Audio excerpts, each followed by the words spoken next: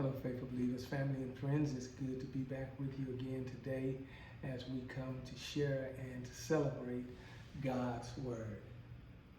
Today we are going to pick up where we left off on last Sunday in the book of Acts, the 23rd chapter, beginning with the 12th verse.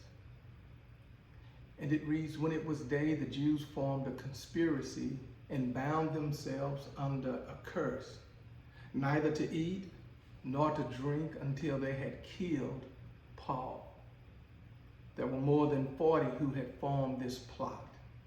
These men went to the chief priests and elders and said, 'We have bound ourselves under a solemn curse that we won't eat anything until we have killed Paul. So now, along with the Sanhedrin, make a request to the commander that he bring him down to you as if you were going to investigate his case more thoroughly. However, before he gets near, we are going to kill him.' But the son of Paul's sister, hearing about their ambush, came and entered the barracks and reported it to Paul." I want to pick up again with our subject, who's in your corner? Who's in your corner? At the end of chapter 22, Paul, he explained while he was in the temple complex that he became in a visionary state and he saw God telling him, "Hurry and get out of Jerusalem quickly because these people will not accept your testimony about me." He recalled how he was told by God that because he was going to be sent, he was going to go to those who were outside of the Jewish tradition, and that he was going to be sent to the Gentiles. Taken, he was scourged. He was to be scourged. He was to be beaten. He was to be flogged. But we remember that someone stepped in on his behalf.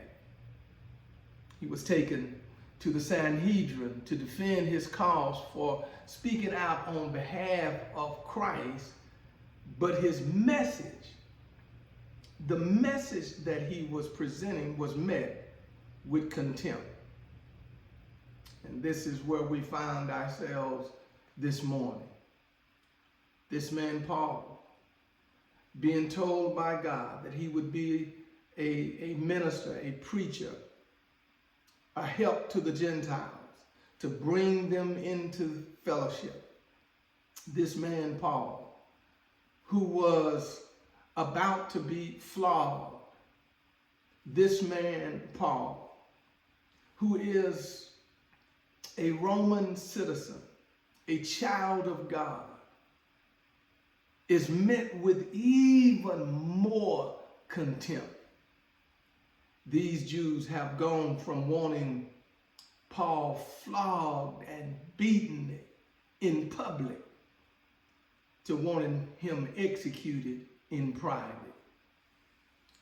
To do this, they needed some allies. They needed people who would be on their side and support their cause so that their conspiracy would be hidden. So again, I'm asking you, who's in your corner? Look at it closely again. When it was day, they formed a conspiracy and bound themselves under a curse, neither to eat nor to drink until they had killed Paul. They bound themselves under a curse. They bound themselves that if they did not kill Paul, something even worse would happen to them. Be it ever more clear that if we don't kill Paul, then what we have intended for him will happen to us. And they do that, and they seal their pledge by a fast. They seal their pledge by fasting. We will not eat, nor will we drink. And so I want to say to you, my brothers and sisters, know if you have in your corner those who are conspiring against you. Those who are maliciously plotting against you. Those who are maliciously planning your demise. You have to know when people are setting out traps in your life. You have to know when people are surrounding you that are looking to make sure you're not successful. Know when people are conspiring against you. Because brothers and sisters, don't you know that people conspire against God? They try to trap and make sure that God is not seen for who he is. That's the reason why the writer of Psalms says, why do the nations rebel and why do peoples plot in vain? The kings of the earth take their stand and the rulers conspire together against the Lord and his anointed one. You have to know, brothers and sisters, when people are conspiring against you. Now look at what they did. Look at what they did. They got a group together. The Bible said that there were 40 of them who formed this malicious plot against Paul. They conspired against God. But then you can see people even conspiring against Jesus Christ. Remember in Matthew, the Bible says in that 26th chapter of Matthew, that the chief priests and the elders of the people assembled in the palace of the high priest. The high priest's name was Caiaphas, and they conspired to arrest Jesus in a treacherous way so that he would be killed. So that he would be killed. They maliciously plotted against him. Now I know that perhaps you're saying, and I agree wholeheartedly with you, that people in our sphere today, people that are in our circles today, aren't trying to kill us physically. But people will conspire to kill you emotionally. People will conspire to kill you socially. People will conspire against you to kill you spiritually. You have to make sure that you understand that in your corner there are people who are conspiring against you. They don't want to see you love. They don't want to see you have joy. They don't want to see you have peace. And so they maliciously set traps against you. You have to be careful. Because they conspire against God, they conspire against Christ, and they will conspire against you. In 2 Chronicles, you remember when Zechariah, the son of Jehoiada, the priest, he stood before the people and said, this is what God says, why are you transgressing the Lord's commands and you do not prosper? Because you have abandoned the Lord, he has abandoned you. But they conspired against him, and they took him and stoned him. Some people in your life will conspire against you because they just cannot take the message that you have to give. And it is not your message. It is the message that God has given you. And you have to be careful when you give and present the message of God, that there are those who are in your life that will try to conspire against you. They conspired against God, they conspired against Christ, and they conspired against God's man. So you got to know who's conspiring against you. But secondly, you have to have people in your corner that's willing to speak up. You see, sometimes in our lives, we know what's going down. We know what's going on. We know how people are plotting against God, how people are plotting against God's people, and we stay silent. But this was not the case. This was not the case in this text. The Bible says in that 16th verse, but the son of Paul's sister, hearing about their ambush, came and entered the barracks and reported to Paul. Then Paul called one of the centurions and said, take this young man to the commander because he has something to report to him. So he took him, brought him in to the commander and said, the prisoner Paul called me and asked me to bring this young man to you because he has something to say to you. Then the commander took him by the hand, led him aside and inquired privately, what is it that you have to report to me? The Jews, he said, have agreed to ask you to bring Paul down to the Sanhedrin tomorrow, as though they are going to hold a somewhat careful inquiry about him.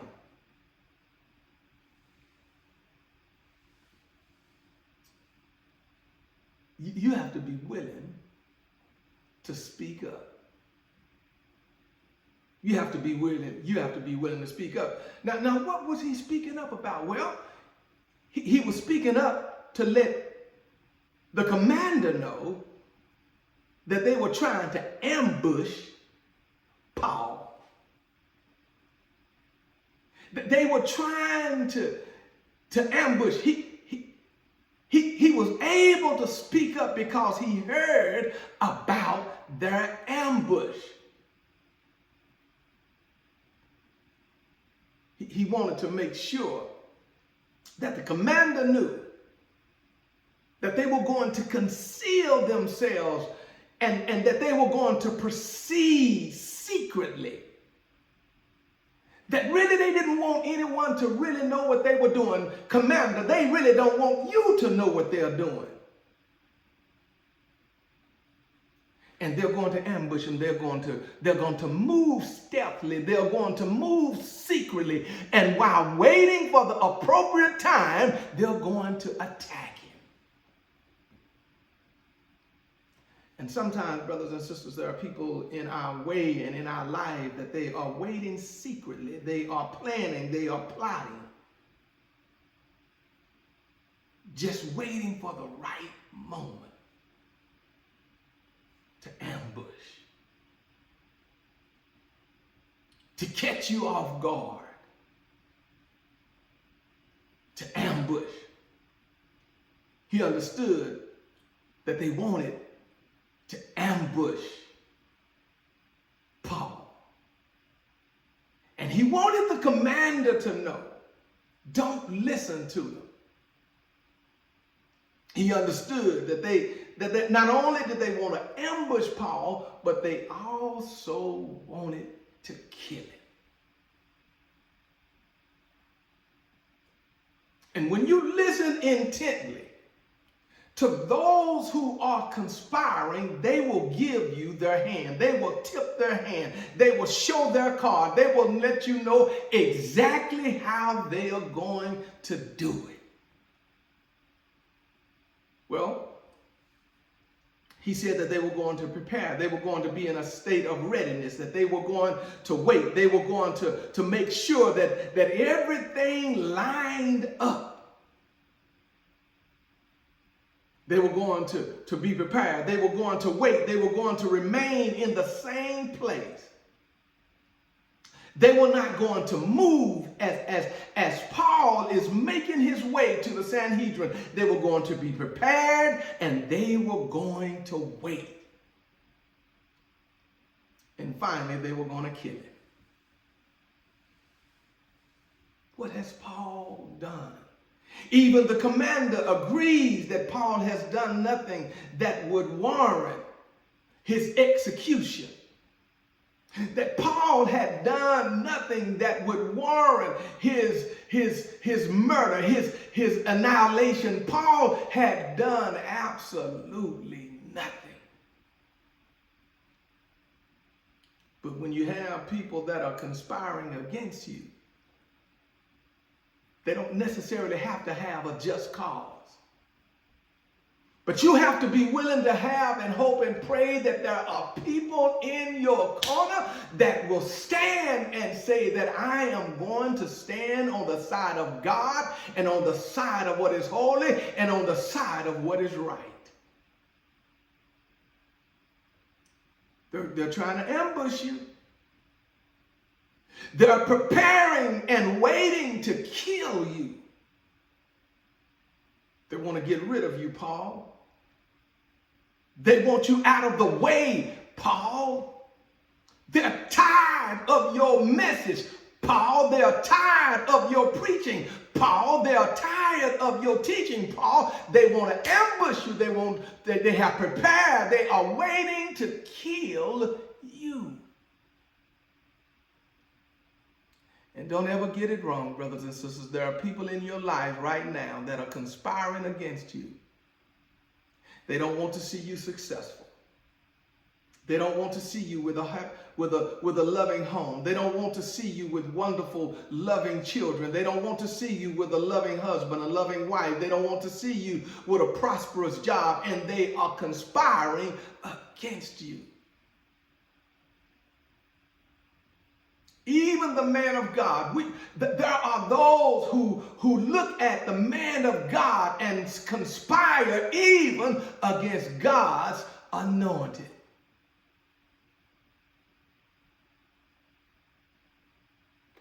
You have to have people who are willing to speak up. You have to know who's conspiring against you. You have to know and pray for those who are willing to speak up for you and that they are in your corner. But lastly, you have to know who is willing to rescue you. You have to know who is willing to stand up and rescue you.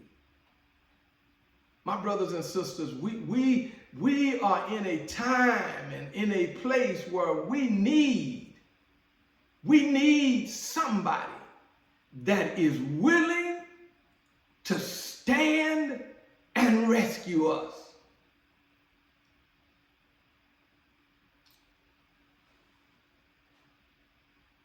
Paul is standing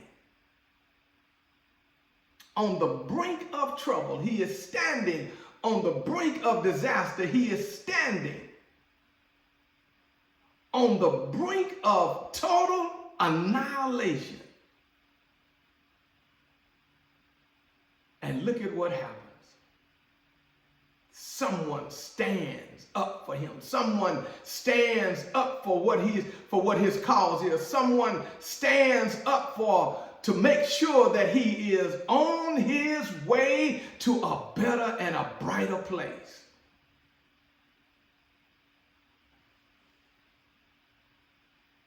This man looks at this situation and he sees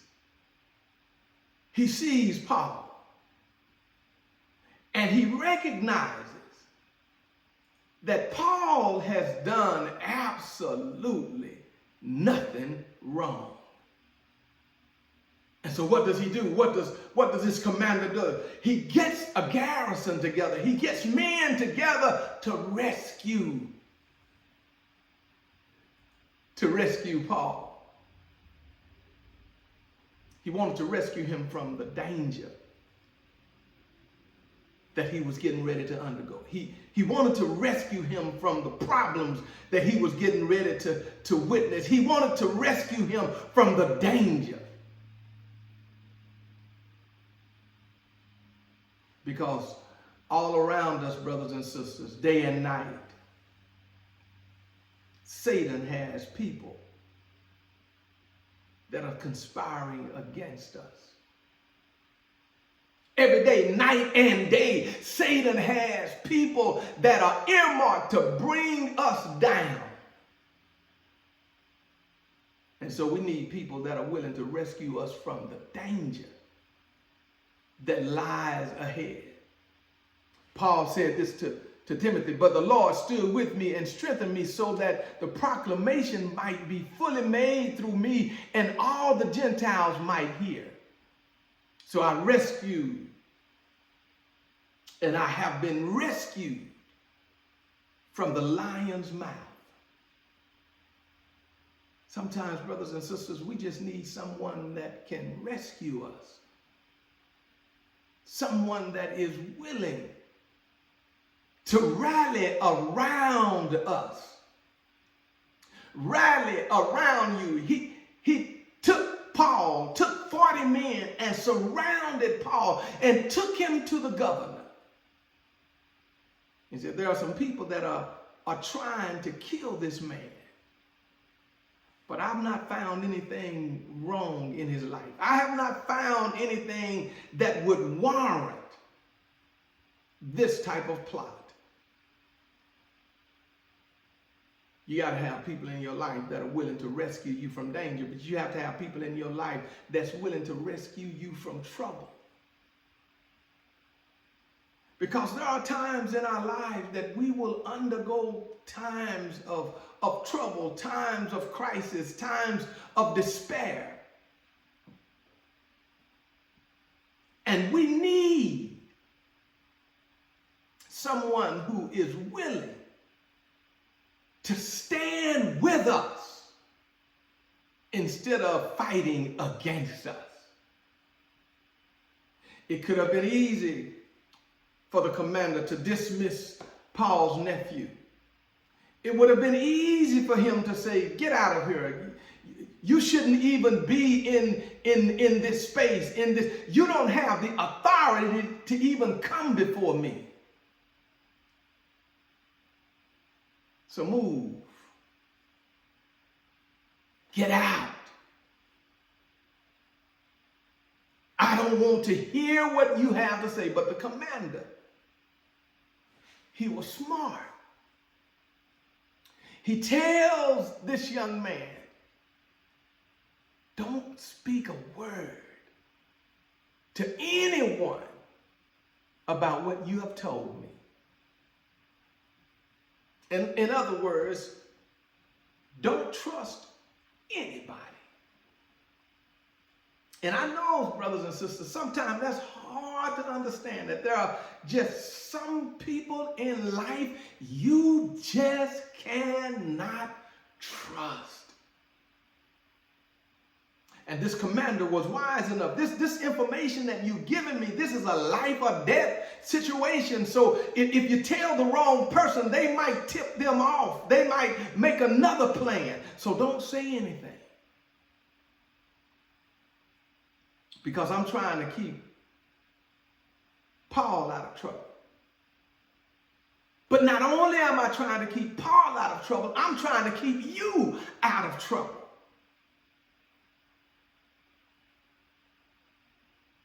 And then you need him because you need to be rescued from your adversary. Sometimes in life, we don't even know who our adversary is. But God knows. He knows the ones who are conspiring. He knows the ones who are plotting. He knows the ones who are standing against him and against his people. And so you have to have some people that are willing to rescue you from your adversary. These Jews, they were so fixed on killing Paul. They tried to go through it by means of the political system. They tried to go through it by means of the legal system. They tried to go before the high court. But the high court dismissed them. So since the high court wouldn't listen, now let's get the religious faction involved. Let's go to the high priest. Let's get him involved. Let's find a way to where we can make our case. And so some people are so far against you. So much against you that you need to be rescued.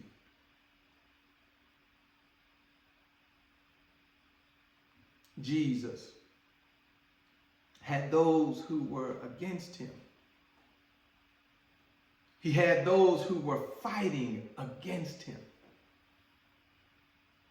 Every time you looked around, it seemed like Jesus' adversary was opposing him.